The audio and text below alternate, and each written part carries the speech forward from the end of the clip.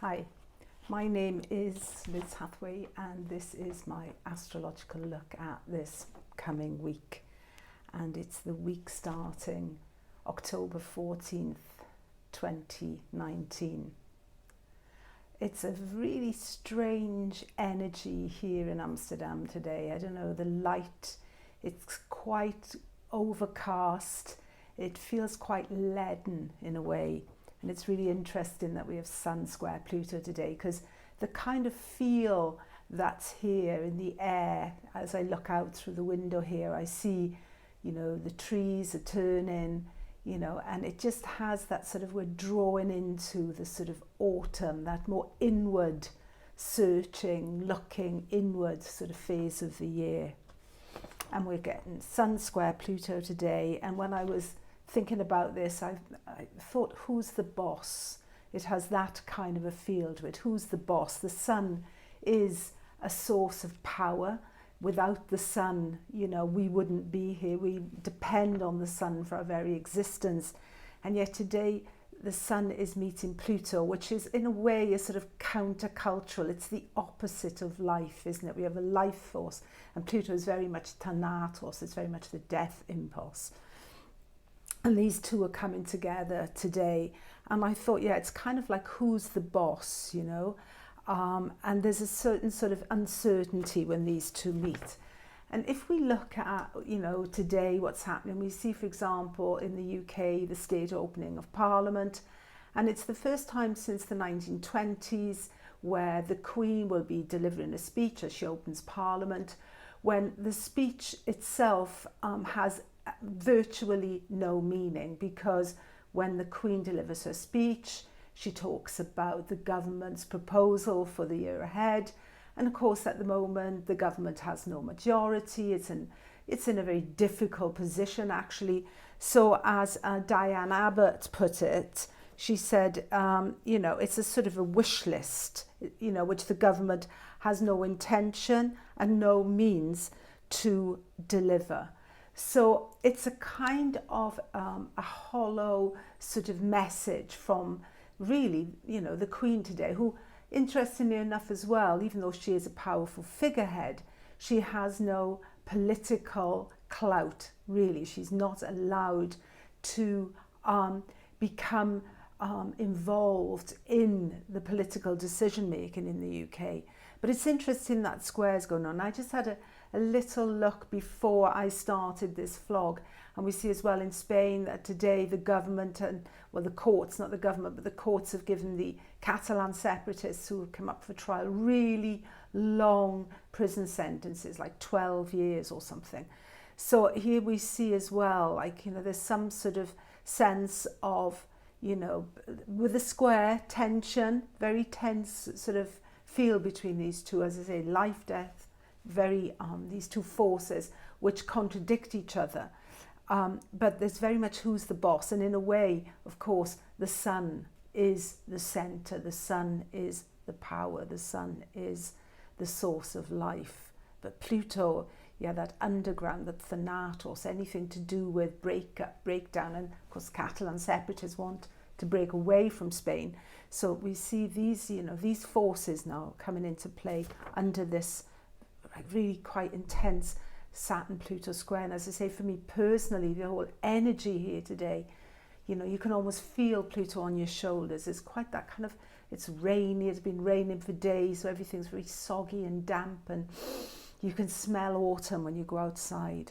So of course we have now Venus in Scorpio ruling the sun, so as ruler of the sun. So when we come into Tuesday, we have the moon moving into Taurus. So we'll have moon opposite Venus and opposite Mercury tomorrow. I just want to pick up actually on something last week, that Mercury-Uranus opposition that we had last week on Monday, Mercury-Uranus. That was amazing, because what we saw there, we should have, I could have thought of that. It's so in your face, actually, that there would have been some kind of a shocking message coming out at that moment in time. And of course, what happened was Donald Trump came out and said, look, we are, pulling out, we're pulling back, We're going to let the Kurds sort it out between the Turks, and just this sort of throwing this group of people who've been allies to the West and to the US in the fight against the IS, virtually throwing the Kurds under a bus. So that was a really shocking message last week. But Mercury is going to go retrograde soon. It'll go retrograde on the day that Brexit is supposed to take place, on 31st of October. Mercury will go retrograde. So there might very well be some backtracking here in the message that are coming out. Some of these are going to be rethought, and there's going to be changes made to the original statement. On Wednesday we have Mercury trine Neptune, so let's have a better go at this one. We could again expect messages of some sorts. Neptune is sea, is naval, it's ships, it's about sea travel. So there could be some messages coming out there that involve naval and boats and sea travel, etc. That's on one level. On another level, what we see with Mercury, especially now that it's in this deeply sensitive, hugely gut-influenced Scorpio, that trying to open, sensitive, transparent, almost psychic Neptune. So we get this opening up here, opening up of the psyche, opening up of the imagination. There's depth here, there's sensitivity here.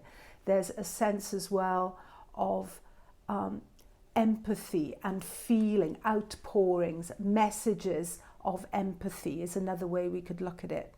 Coming into Friday, we have Venus trine the node as well, coming on the back of that Mercury Neptune. So we see ways forward, opening up to new ways forward. Sunday, Mercury sextile Pluto. So there seems like, and certainly in terms of Brexit and what's going on there, there's a lot of talks going on this week. There's a lot of business to be done. So all of that looks quite helpful.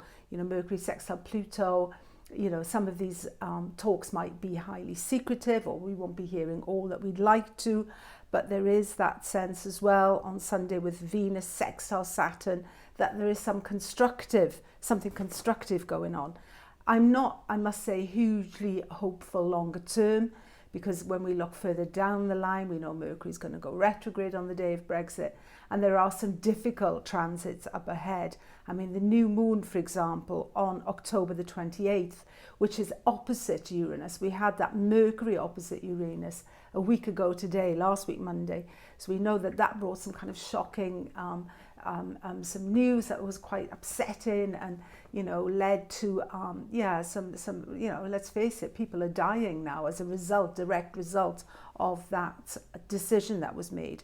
So when we get that sort of Uranus opposite the new moon with Mars square Saturn Pluto, there's a rocky road ahead here, a rocky road ahead. So it's a mixed bag. I think important with this Mercury Scorpio sort of Venus Scorpio sort of energy is and certainly that Mercury trine Neptune this week is to reflect, explore inner landscapes, get in touch with the underbelly, with the deep sort of down here and not so much up here. Great week. Speak to you again.